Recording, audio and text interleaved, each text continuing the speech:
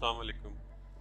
सो इस वक्त हम बात करते हैं ईबे रिटर्न्स की।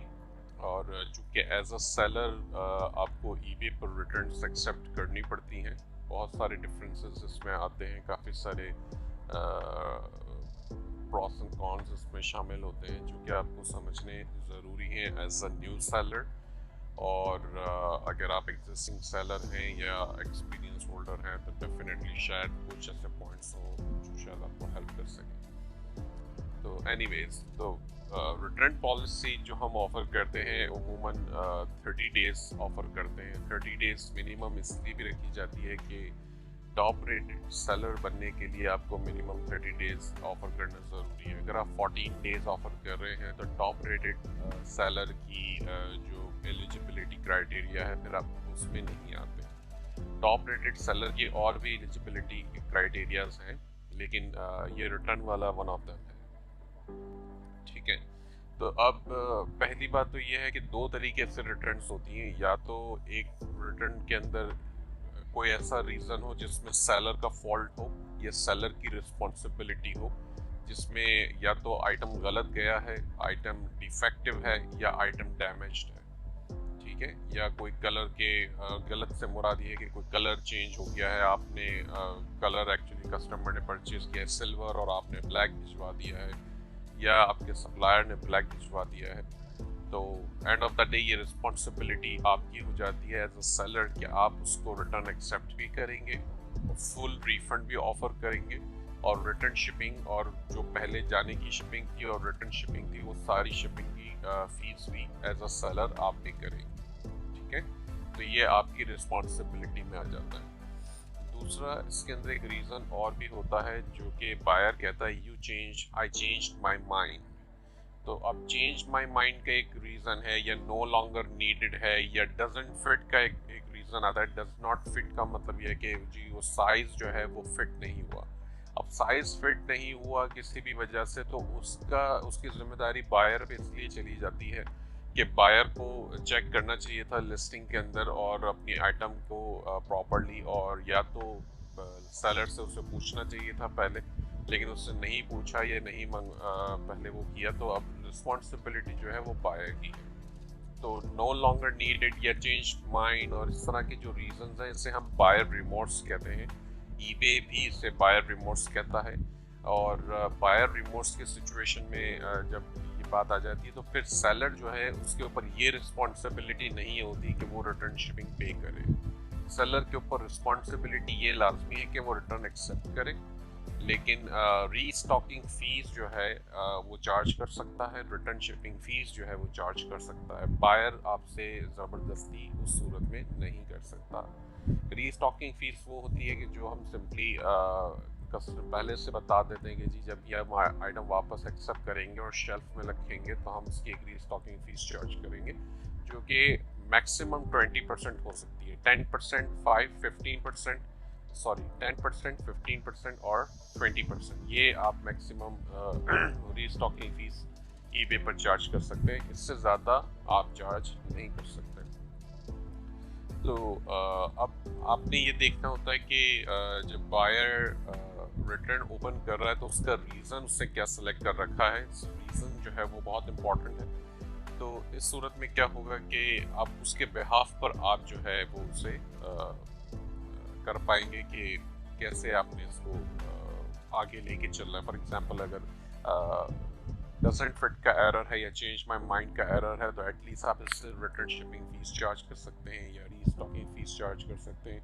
तो कि जो कि आपको फ़ायदा ये देता है कि अल्टीमेटली जब आप रिटर्न एक्सेप्ट कर भी लेते हैं तो बाज़ औक़ात रिटर्न एक्सेप्ट करते वक्त आपको ज़्यादा फ़ायदा हो जाता है comparing to what you made as a profit on this sale. तो अगर फॉर एग्जांपल बाज़ औक़ात कोई आइटम है $50 की है, आपने बेची है, आपने प्रॉफिट उसके ऊपर कंपटीशन की वजह से शायद $3 ही बनाया था। ठीक है, लेकिन बायर ने रिटर्न की, अपने बायर रिमोर्स के रीज़न के बिहाफ पे रिटर्न कर दी उस आइटम को कि जी मैंने आई चेंज माई माइंड। अब उसमें आपने रिटर्न शिपिंग चार्ज कर ली या फिर आपने रिटर्न शिपिंग चार्ज ना की, आपने सिंपली 20% रीस्टॉकिंग फी चार्ज करी। तो 20% रीस्टॉकिंग फी आपसे अमेजोन या वेयर हाउस सॉरी सप्लायर जो है वो चार्ज नहीं कर रहा restocking fee. For example Walmart और अमेजोन वगैरह चार्ज नहीं करते रीस्टॉकिंग फी आपसे। तो इस सिचुएशन के अंदर आप जो है वो 10-20% रीस्टॉकिंग फी का मतलब हो गया $50 की आइटम थी तो आपको $10 जो है वो वहाँ पर प्योर प्रॉफिट आपको मिल गया। अब उसमें ईबे की फीस शामिल होगी लेकिन वो वही $1-1.5 जो के करीब होगी, बाकी एटलीस्ट आप $8-8.5 आपने वहाँ पर प्रॉफिट बना लिया। तो ये ज़्यादा आपको प्रॉफिट दे जाता है comparing to the original sale sometimes. ठीक है, ऐसा हर दफ़ा नहीं होता, समटाइम्स। तो ये एक इसमें सिचुएशन है।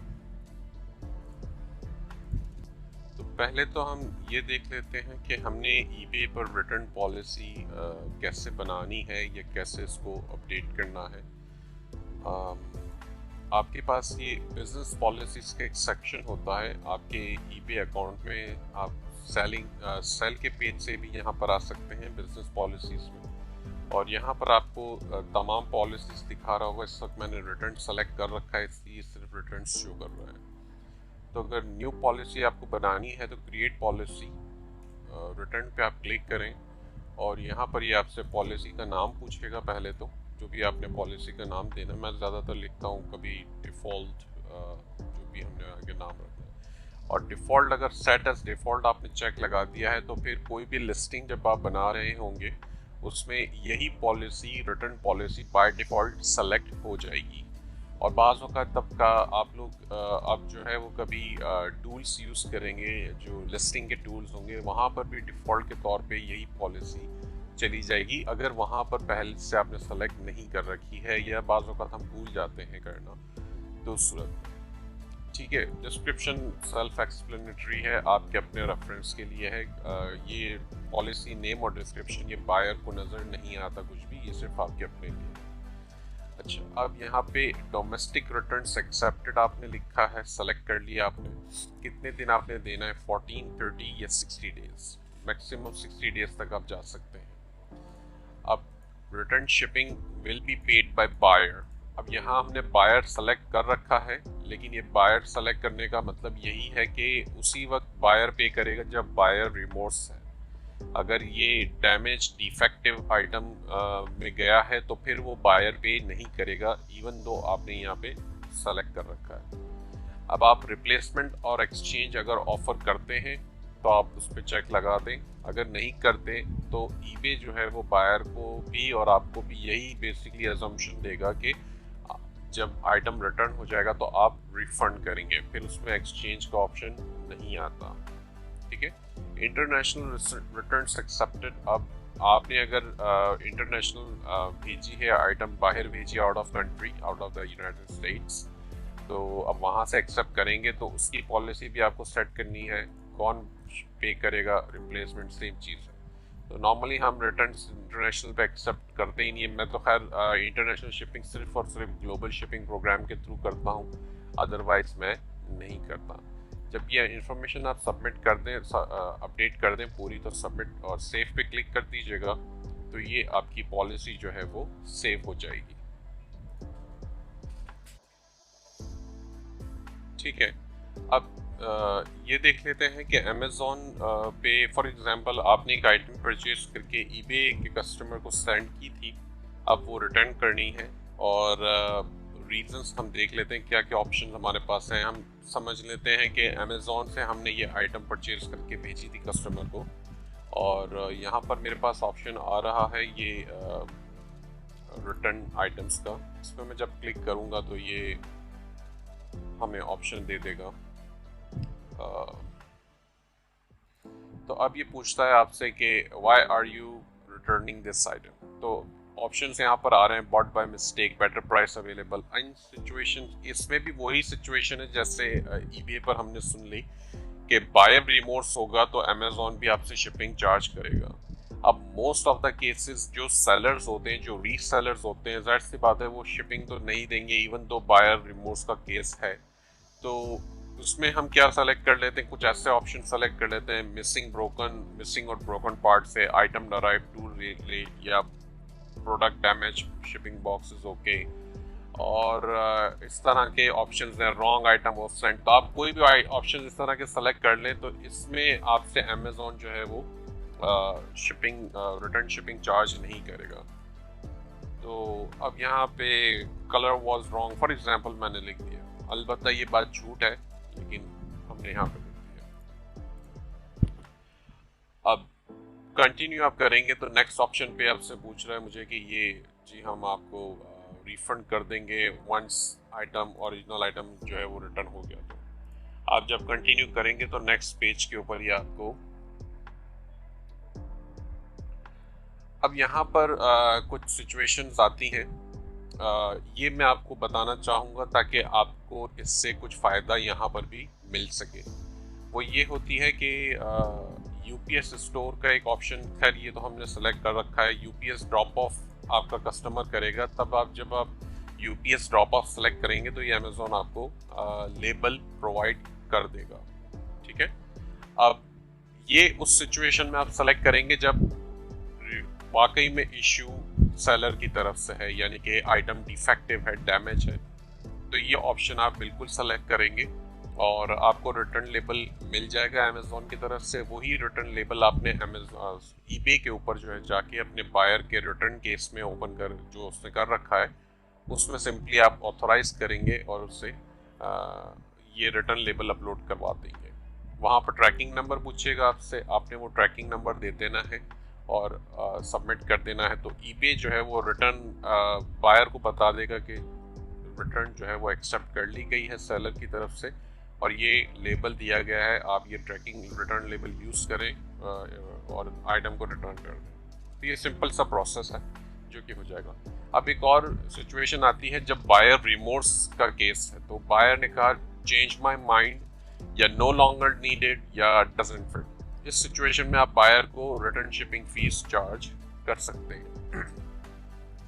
अब यहाँ मसला ये है कि ईबे आपको ये अपॉर्चुनिटी नहीं देता कि आप रिटर्न शिपिंग फीस चार्ज करें, क्योंकि ऐसी सिचुएशन में ईबे ऑटोमेटिकली वो रिटर्न अप्रूव कर देता है और आपसे सिर्फ ये कहता है कि अपना आरएम में दें, और वो आरएम में आपको इनेबल करना पड़ता है। वो मैं सेटिंग्स आपको बता दूंगा उसकी भी। तो आरएम में दें, आरएम में वही है रिटर्न मर्चेंडाइज ऑथराइजेशन, आप आरएम में दें और एड्रेस कंफर्म करें और ईबे बायर को लेबल खुद देगा। अब इस सिचुएशन में ईबे बायर को लेबल जो देगा वो बायर से डायरेक्ट खुद ही चार्ज करेगा। अब इट डजंट मैटर कि आइटम कितने की है, वो ईबे जो लेबल दे रहा है वो आइटम के साइज और वेट के हिसाब से जो भी लेबल उनको जनरेट करके देता है और बायर को चार्ज करता है। तो इस सूरत में आपका कोई रिटर्न शिपिंग से फ़ायदा नहीं है, एक्सेप्ट कि आप रीस्टॉकिंग फीस चार्ज कर सकते हैं। तो अगर रीस्टॉकिंग फीस के अलावा भी आपको अगर थोड़ा सा एडिशनल बेनिफिट यहाँ पर चाहिए तो आप क्या करेंगे, आइल शिप एंड पे सेलेक्ट कर लेंगे अमेज़ॉन में। अब आइल शिप और एंड पे में क्या आता है कि अमेज़ॉन कहता है कि we will refund up to $3.99 in return shipping cost. तो यहाँ पर एक अच्छी बात हो जाती है कि अमेज़ॉन आपको आरएमए देता है खुद, वो आरएमए आपको बायर को देना है और अमेज़ॉन आपको $4 जो है वो रिटर्न शिपिंग के देगा, जो कि आपको बायर तो क्योंकि खुद पे कर रहा है ना, क्योंकि लेबल की फीस ईबे चार्ज कर रहा है इसलिए। तो यहाँ पर $4 जो आपको मिल रहे हैं वो रिफंड में अमेज़ॉन की तरफ से मिल रहे हैं, वो आपका एक एडिशनल बेनिफिट है। अब अगेन आइटम कितने की है डजंट मैटर, अमेज़ॉन आपको अप टू $4 या $3.99 जो है वो पे कर रहा है। तो ये आपको एक अच्छा बेनिफिट यहाँ पर एडिशनल मिल जाता है प्रॉफिट एडअप करने का। ठीक है, जब आप इसे कंफर्म करेंगे, अब मैं कंफर्म अभी नहीं करना चाहता क्योंकि ये रिटर्न नहीं हो रही आइटम, तो जब आप इसे कंफर्म करेंगे तो नेक्स्ट स्क्रीन के ऊपर आपको वो एक लेबल देगा जो कि एड्रेस होगा उसके अंदर और आरएमए होगा। वो आरएमए आपने उठा के वहाँ पे देना है और एड्रेस की जब ईबे आपसे जो एड्रेस अमेज़ॉन ने आपको दिया है वो एड्रेस आपको ईबे पर देना होगा। अब ईबे पर जब आप एड्रेस कंफर्मेशन जो मांग रहा होगा जिस स्क्रीन पे, वो स्क्रीन अनफॉर्चुनेटली मेरे पास अभी नहीं है क्योंकि मेरे पास कोई रिटर्न्स ओपन नहीं है अभी।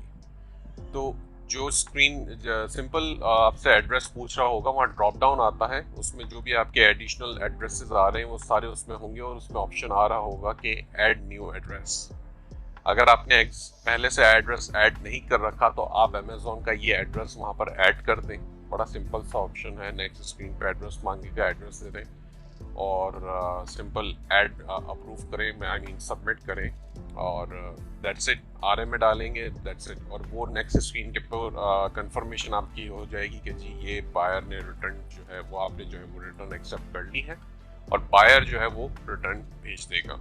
अब ईबे बायर के पास जाएगा और बायर को बोलेगा जी ये एड्रेस है, ये आरएमए नंबर है, और ये रिटर्न लेबल वो ईबे ने जो खुद देना है वो देगा, और जो भी शिपिंग रिटर्न शिपिंग की कॉस्ट है वो ईबे बायर को दिखा रहा होगा कि मैं इतनी चार्ज करूंगा। अब बायर के ऊपर मैं डिपेंड करता है कि बायर चाहे चाहे तो एक्सेप्ट कर ले, आई मीन रिटर्न कर दे उसको यूज करके। अब बात होगा छोटी सी आइटम्स होती हैं, कुछ लोग कहते हैं बायर सोचते हैं यार $15-20 की है ठीक है, और रिटर्न शिपिंग जो है वो $8-10 मांग रहा है, रीस्टॉकिंग फीस भी देनी पड़ेगी, मैं रिटर्न ही नहीं करता, रहने देते हैं। बात होगा बड़ी आइटम्स होती हैं $50-100 के आसपास की होती हैं, तो बायर जो है वो रिटर्न फिर भी कर देता है।